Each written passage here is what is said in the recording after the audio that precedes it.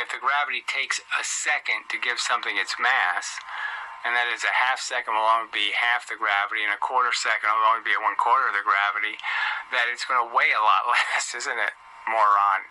So if the experiment happens before the object can impose its weight, before it has enough time to impose its weight, well then obviously it can't be part of the experiment. The static weight can't be part of the experiment because the static weight needs so much time to be absorbed, and there is no time to absorb it. Let's see, we now are in...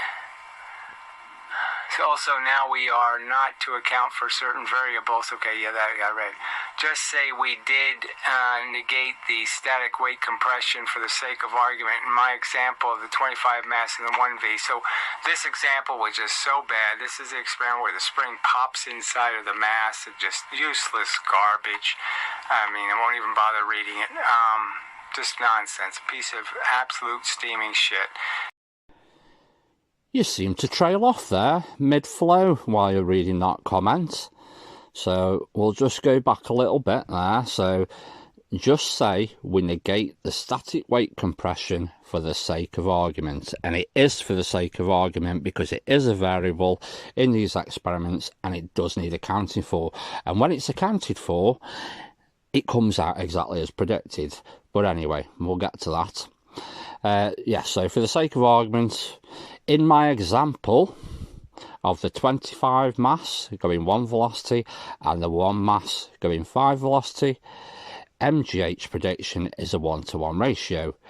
Your MGT prediction is a 1-to-20 ratio. Now, you didn't read the numbers out, and if you bothered to pay attention, they're different numbers to the one you are referring to.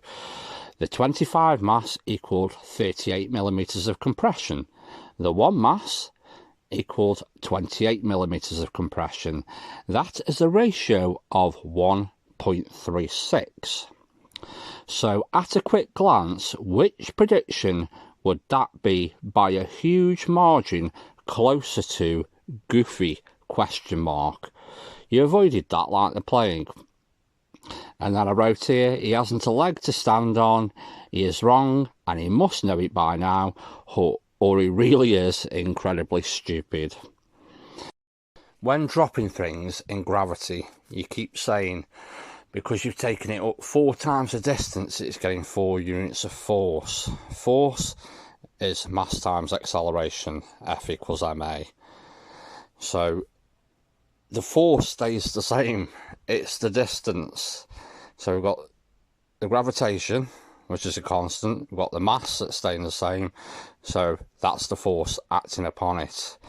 Energy is force times distance. By falling further distance, it doesn't get more force, because force is equal to the mass and the acceleration, and they're both staying the same.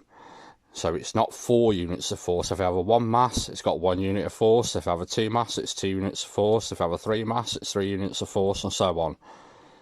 By dropping it over a longer distance doesn't give it 4 units of force. A 1 mass can't suddenly have 4 times the force, because the force comes from the mass and the acceleration, which are both staying the same.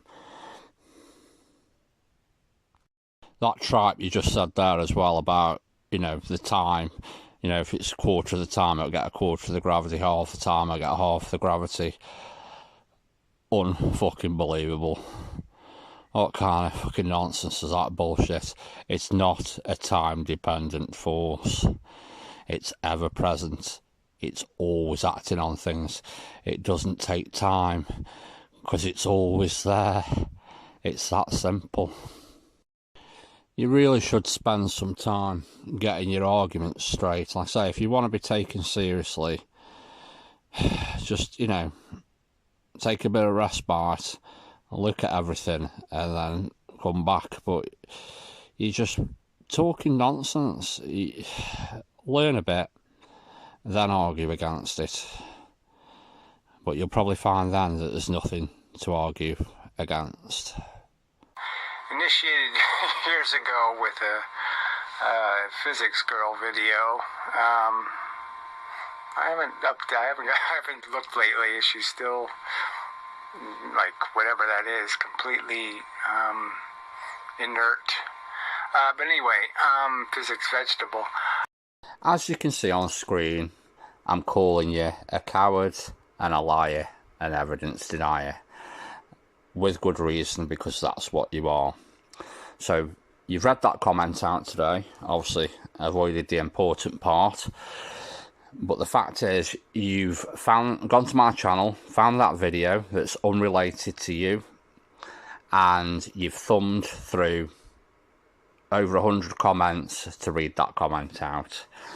But amazingly, the evidence has been there for you for a couple of weeks now, maybe a month. I've also edited it, can't even speak, edited it, I can't fucking say that. Yeah, I've done a 3-minute short of it anyway, because your attention span obviously is like a fucking goldfish, so I condensed it down so you could see it, and amazingly, you've avoided it. Clearly you've been to the channel, clearly you know it's there, you can't debunk it, it disproves you, so you've cowardly avoided it.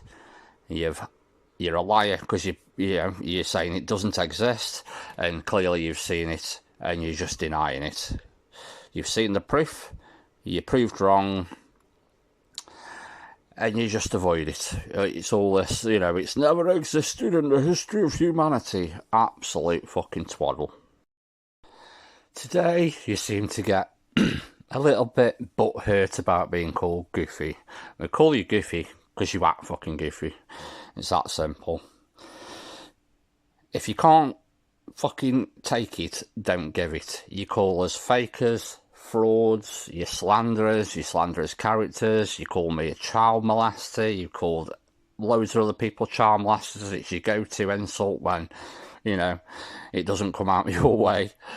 And then you start today's video, you whinge about, oh, it's not fair, don't call me names, and you start today's video by calling Diana Cowan a vegetable. Do you see where I'm going with this? You were the one that dishes out the insults. What you said today was absolutely fucking disgusting, and you should be ashamed of yourself. Right, you keep going on with this thin arse argument as well, and as I pointed out, you've changed your wording. You're now saying the pressure, and yes, that's exactly what it is. It's a pressure argument. Whatever's moving across that ice has a mass. It's in gravity. Gravity is ever present, acting upon it. So whatever its mass is, it has a force acting upon it. It has a weight, basically, which is a force. By moving quickly across the ice, the force divided by the area, which is the pressure, is spread over a larger area. It's that simple. It's got nothing to do with gravity, evading gravity, or gravity is not a time-dependent force. It is ever present. It's acting on everything all the time. Now, you seem to have a problem when, obviously dropping these things in gravity, MGT versus MGH, you can't really take gravity out of the equation, or it's not worth testing the equations, because if you haven't got gravity in there, you can't fucking test it, can you? But anyway, the static weight, the compression on the spring, again, it is a variable in the experiment. We are talking physics here. We have to deal with it. We have to factor for it, and when we do, it comes out exactly as predicted. Like you do most times, you get everything back to front, upside down. Right, when you drop these masses onto the spring, in my experiments, I show the weight compression, I measure it. That's the static weight. When it drops, the first bit of compression is the weight. It doesn't compress all the way down through its energy and then go, oh, I'll add my weight on. The first bit of compression is the weight, the rest is the energy. So we're taking off like the zero, we're taking it back to the zero line by taking the weight compression off.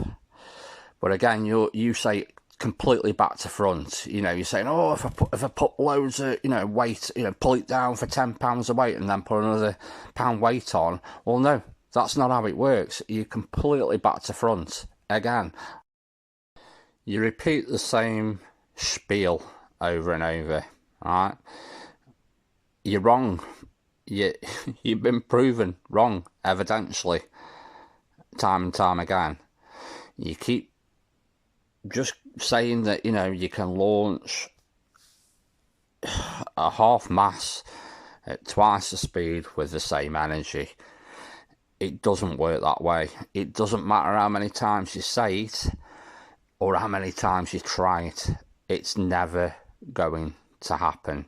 This is the core misunderstanding you have.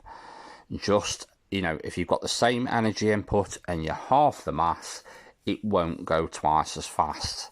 It's that simple. You can test it, you can try it, it's been shown to you. And then with Disbar's latest, you're saying, you know, it's got twice the kinetic energy, it's not 2 to 1. Again, this is the thing, you don't even understand what, you know, what the conventional theory and is saying. Twice the energy compression on a spring is 1.4 times the compression. If you want twice the compression, you need 4 times the energy. This is the thing, you argue against things you do not understand. You've never bothered to look at what conventional physics is saying. You don't test anything, and you argue against things, and you sound like a moron, because these things have been tried and tested and they're fully understood, and you're arguing from, like, it's like you came here in a time machine from like the 1700s. Oh my God, it's like, test it for yourself. I mean, the thing is, you keep saying, this is the real physics, this is what it does. Really? Show us then.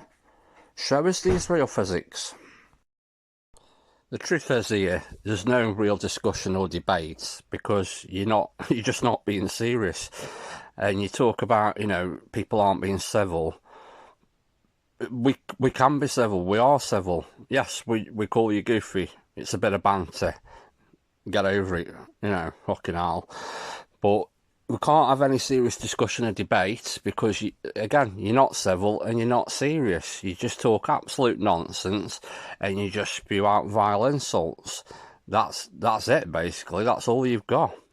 Insults when it doesn't come out the way you think it should. But, you know, that's your problem. Well, rant over. I don't think there's much else to say. I mean, clearly, you know, you've seen plenty of evidence.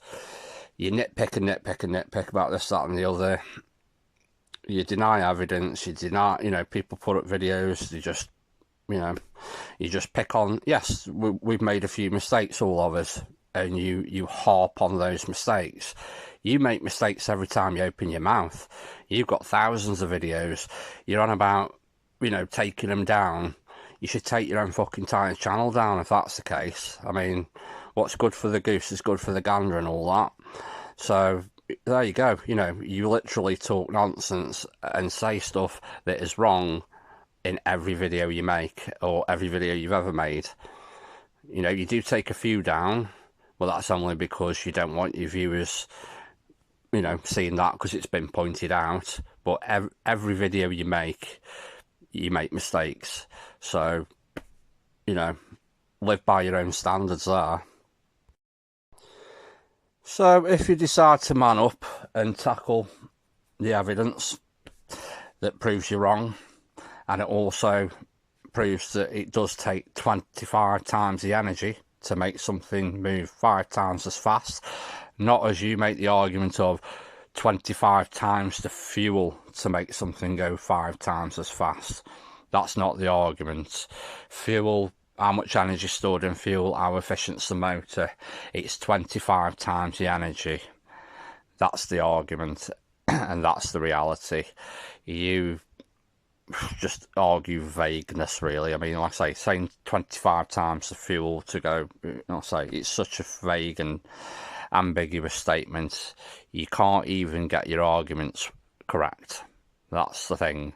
You don't know what you're talking about, you don't know what you're arguing, yet it's all wrong because you say so. I'll leave it there, and thanks for watching.